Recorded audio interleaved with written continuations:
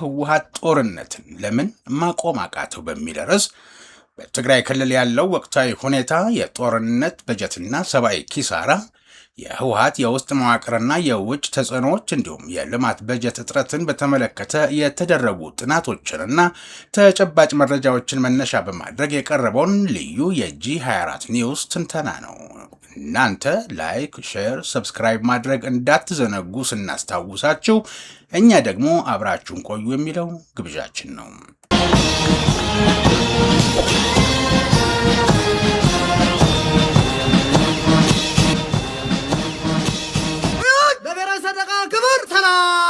ጤና ይስጥልኝ። ይህ በምድር ኃይል ፎሌን ሲነፋ በአየር ኃይል ፓሬድ በባህር ኃይል ማስተሪንግ ሲደረግ ወደ እናንተ እንዲደርስ ለዛሬ የተሰናዳው የሞርስ ልዩ መሰናዶ ሲሆን የዛሬው እነሆ ጀመረ።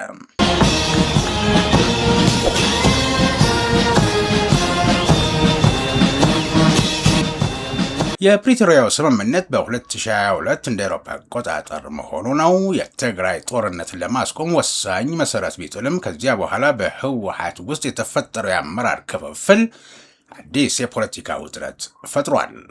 በአንድ ወገን በጀኔራል ታደሰ ወረደ የሚመራው የጊዜያዊ አስተዳደር ክንፍ፣ በሌላ ወገን ደግሞ በዶክተር ደብረጽዮን ገብረ ሚካኤል የሚመራው የፓርቲው ታማኝ አመራር መካከል ያለው የስልጣን ፉክክር የክልሉን ፖለቲካዊ መረጋጋት በእጅጉ አዳክሞታል።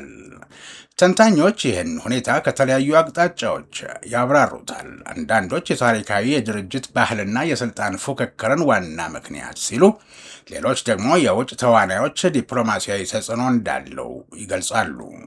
ይህ ጥያቄ ከድርጅቱ ውስጣዊ ባህሪ፣ ታሪካዊ አመጣጥና ወቅታዊ የስልጣን ሽኩቻ ጋር በጥብቅ የተያያዘ ነው።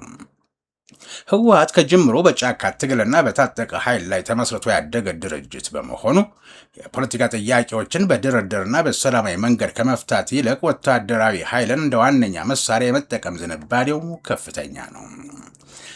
ከክህደት ምሽት እስከ ፕሪቶሪያው መፍረስ የታሪክ ምዕራፎች ጥቅምት 24 ቀን 2013 ዓ.ም የክህደት ምሽትና የጦርነቱ መለኮስ። ህወሓት አገሪቱን ወደ ከፋ ቀውስ ውስጥ የከተተውን ጦርነት የጀመረው በሰሜን እዝ መከላከያ ሰራዊት ላይ በተኛበት የፈጸመውን አሰቃቂና ያልተጠበቀ ጥቃት ተከትሎ ነው። ይህ ድርጊት የድርጅቱን የትጥቅ ትግል ዋነኛ መፍትሄ አድርጎ የመውሰድ ጽንፈኛ ባህሪ ያሳየ ታሪካዊ ክስተት ነው። ከሐምሌ እስከ ነሐሴ 2013 ዓ.ም ጦርነቱን ማስፋፋትና የማይካድራ እንዲሁም የጋሊኮማ ጭፍጨፋዎች። ግጭቱ ወደ አማራና አፋር ክልሎች በተስፋፋበት ወቅት በማይካድራና በጋሊኮማ የተፈጸሙት አሰቃቂ የንጹሐን ዜጎች ጭፍጨፋዎች፣ የንብረት ዝርፊያዎችና ውድመቶች የህልውና ስጋትን የፈጠሩና የድርጅቱን የጭካኔ ልኬት ለዓለም ያሳዩ ነበሩ። 2014 ዓ.ም የእርዳታ እህልና ተሽከርካሪዎችን ለጦርነት መንጠቅ። ለተራበው ህዝብ የተላከውን የሰብአዊ እርዳታ እህል ለታጣቂዎች ቀለብነት ማዋልና በመቶዎች የሚቆጠሩ የረድኤት ድርጅት የጭነት መኪናዎችን በመቀማት ለጦርነትና ለታጣቂዎች ማጓጓዣነት መጠቀም የተለመደ አሰራር ሆነ። ጥቅምት 2015 ዓ.ም እንደ አውሮፓ ዘመን አቆጣጠር ደግሞ በ2022 የፕሪቶሪያው የስምምነት መፈረም። በደቡብ አፍሪካ ፕሪቶሪያ የተደረገው የሰላም ስምምነት ጦርነቱን በይፋ ቢያቆምም በህወሓት የውስጥ መዋቅር ውስጥ ግን ለሰላምና ለትጥቅ መፍታት እውነተኛ ቁርጠኝነት አለመኖሩን የሚያሳዩ ምልክቶች መታየት ጀመሩ። ወቅታዊ ሁኔታን ማለትም የ2026 የዲዲአር መስተጓጎልና የውስጥ ስምምነት መጣስ። በዶክተር ደብረጽዮን የሚመራው የህወሓት ታማኝ ክንፍ የትጥቅ መፍታት፣ ከሰራዊት ማሰናበትና መልሶ ማቋቋም ሂደትን በተግባር በማደናቀፍ የክልሉን ስልጣን በኃይል ለመቆጣጠር መንቀሳቀሱ የፕሪቶሪያውን ስምምነት አደጋ ላይ ጥሎታል። አንደኛ፣ የቅንጅት ስብራት፣ ከፋኖ ጋር ለመመስረት የታሰበው ጥምረት ጥያቄ መለከቱ። ህወሓት በአንድ በኩል የአማራ ክልል ታጣቂዎችን ወይም ፋኖን ጨምሮ ከተለያዩ የሀገር ውስጥ የለውጥ ኃይሎች ጋር ስትራቴጂካዊ ጥምረት ለመፍጠር ፍላጎት እንዳለው በተለያዩ መንገዶች ለማሳየት ይሞክራል። ሆኖም ግን ይህ ጥምረት ገና ሳይጀመር በትልቅ ጥያቄ ምልክት ውስጥ ወድቋል። በጦርነቱ መጀመሪያና መስፋፋት ወቅት በማይካድራና በጋሊኮማ የተፈጸሙት አሰቃቂና ዘግናኝ ጭፍጨፋዎች እንዲሁም በአማራና በአፋር ሕዝብ ላይ የደረሱት መጠነ ሰፊ ዝርፊያዎችና የሃይማኖት ተቋማት ውድመቶች አሁንም ድረስ በህብረተሰቡ ሕሊና ውስጥ ትኩስ ጠባሳ ጥለው እንዳለፉ ናቸው። የገዛ ወገን እንደሚያፈሰሰና ለፈጸማቸው የጦር ወንጀሎች እውነተኛ ጸጸትና ተጠያቂነት ያላሳየ ቡድን ዛሬ ላይ ለፖለቲካ ፍጆታና ለስልጣን መደራደሪያ ሲል የአጋርነት እጅ መዘርጋቱ በሌሎች ኃይሎች ዘንድ እንደ ታላቅ የግብዝነትና የእድል ፈላጊነት ስትራቴጂ ተደርጎ ይወሰዳል። ይህ የታሪክ ጠባሳ ህወሓት ከማንም ጋር ጠንካራና እውነተኛ ጥምረት እንዳይመሰርት ማነቆ ሆኖበታል። ሁለተኛ፣ የእርዳታ እህልን መንጠቅና የሽብርተኝነት ዓለም አቀፍ እሳቤ። በጦርነቱ አየር ውስጥ የህወሓት አመራሮች የፈጸሙት እጅግ አስነዋሪ ድርጊት ቢኖር ለአቅመ ደካሞች፣ ለህፃናትና ለነፍሰ ጡር እናቶች የተላከውን የእርዳታ እህል በመቀማት ለታጣቂዎቻቸው ቀለብ አድርጎ ማቅረብ ነው። ከዚህም በላይ የዓለም ምግብ ፕሮግራም እና ሌሎች ረድኤት ድርጅቶች ሰብአዊ እርዳታን እንዲያመላልሱ ያሰማሯቸውን በመቶዎች የሚቆጠሩ የጭነት መኪናዎች በኃይል በመቀማት ለጦርነት መሳሪያና ታጣቂዎችን ማመላለሻነት አውሏቸዋል። ይህ አይነቱ ድርጊት በዓለም አቀፍ ህግጋት መሰረት ሰብአዊ እርዳታን ለጦርነት መሳሪያነት የመጠቀም ወንጀል ሲሆን በብዙ ዲፕሎማቶችና ዓለም አቀፍ ተንታኞች ዘንድ ቡድኑ ከተራ ሽፍታነት አልፎ ዓለም አቀፋዊ የሽብር ተግባር የሚፈጽም አካል ነው የሚለውን እሳቤ እንዲያጎላ አድርጎታል።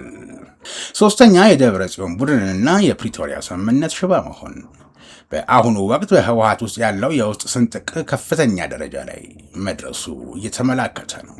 እያንዳንዱ ቡድን የራሱን የስልጣን ህልውና ለማስጠበቅ የታጠቀ የጸጥታ መዋቅርን እንደ ጋሻና መከታ ለመጠቀም ስለሚሞክር ሰላማዊ ሽግግር ማድረግ አልተቻለም። በተለይም በዶክተር ደብረጽዮን ገብረ ሚካኤል የሚመራው የፓርቲው ክንፍ የፕሪቶሪያው ስምምነት ዋና ምሰሶ የነበረውን የትጥቅ መፍታት ከሰራዊት ማሰናበትና መልሶ ማቋቋም ሂደት ላይ በይፋ እንቅፋት ፈጥሯል።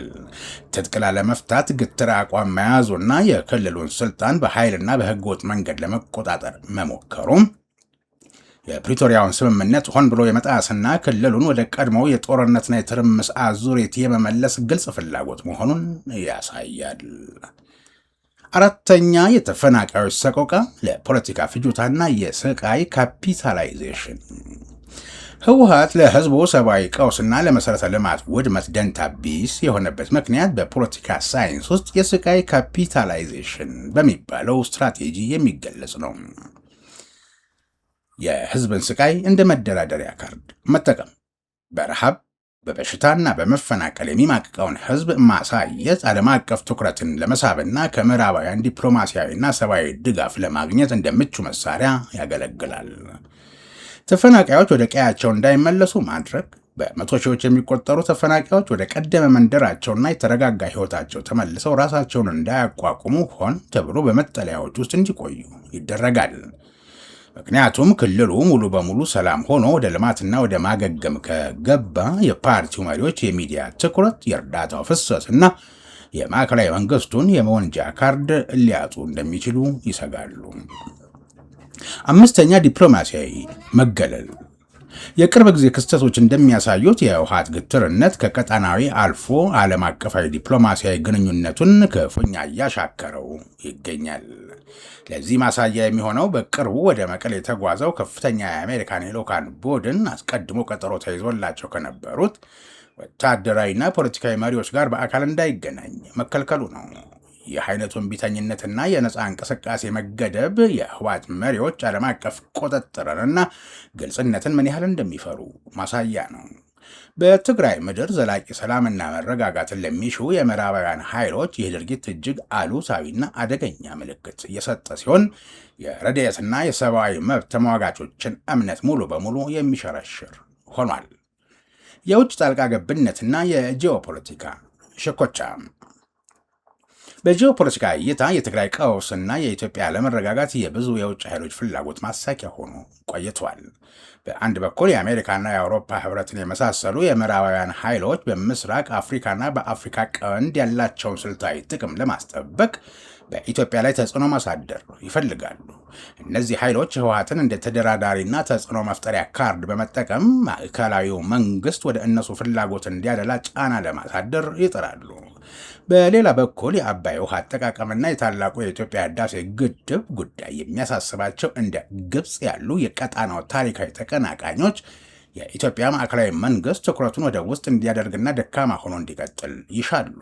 በመሆኑም በኢትዮጵያ ውስጥ ያሉ የውስጥ ግጭቶችንና የብሔር ውጥረቶችን በተዘዋዋሪ መንገድ መደገፍና ማራገብ የእነዚህ ኃይሎች ዋነኛ የጂኦፖለቲካ ስትራቴጂ ሆኖ ያገለግላል። የኢኮኖሚና የመሠረተ ልማት ውድመት ልኬት።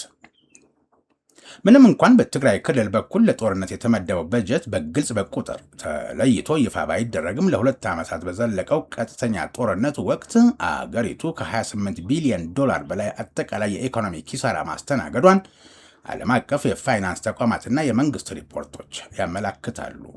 በተቃራኒው በትግራይ ክልል የወደሙ መሠረተ ልማቶችን መልሶ ለመገንባት ከ20 ቢሊዮን ዶላር በላይ ወይም ከ1 ትሪሊዮን ብር በላይ እንደሚያስፈልግም ይገመታል። ሆኖም ለወታደራዊና ደህንነት ኃይሎች የሚደረገው ከፍተኛ ወጪ ይህን መልሶ ግንባታ በጀት እጅግ አጥብቦታል። ለአምባገነንና በጦርነት ውስጥ ለሚገኙ ኃይሎች ከመንገድ ከትምህርት ቤትና ከሆስፒታል ግንባታ ይልቅ የራስን ወታደራዊ የስልጣን ህልውና ማስጠበቅ ቀዳሚ ተግባር በመሆኑ ልማት ወደ ጎን ተገፍቷል።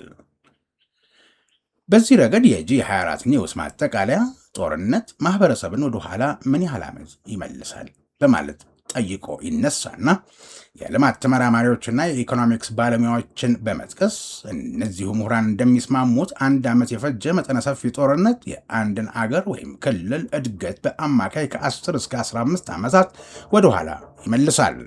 በትግራይ ክልል የታየው ጦርነት ይህንኑ ያረጋግጣል። በጦርነት ውስጥ የሚሞቱት የአካል ጉዳተኛ የሚሆኑትና የሚሰደዱት አምራችና ወጣት የህብረተሰብ ክፍሎች በመሆናቸው ክልሉ ለቀጣዮቹ 20 እና 30 ዓመታት የሚጠቀምበትን በሳል የሰው ኃይል አጥቷል።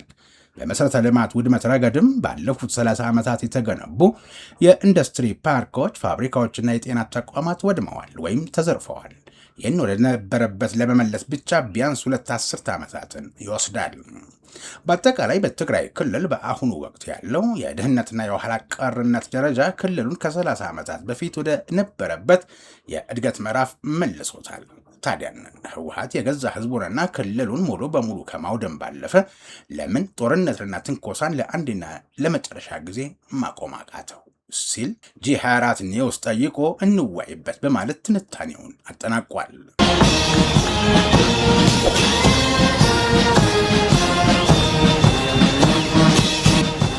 የተወደዳችሁ የሞርስ ቤተሰቦች በምድር ኃይል ፎሌን ሲነፋ በአየር ኃይል ፓሬድ በባህር ኃይል ማስተሪንግ ሲደረግ ወደ እናንተ እንዲደርስ ለዛሬ የተሰናዳው የሞርስ ልዩ መሰናዶ በዚሁ አበቃ። በቀጣይ በሌላ መሰናዶ እንጠብቃችኋለን። እስከዚያው ድረስ ጤና ይስጥልኝ።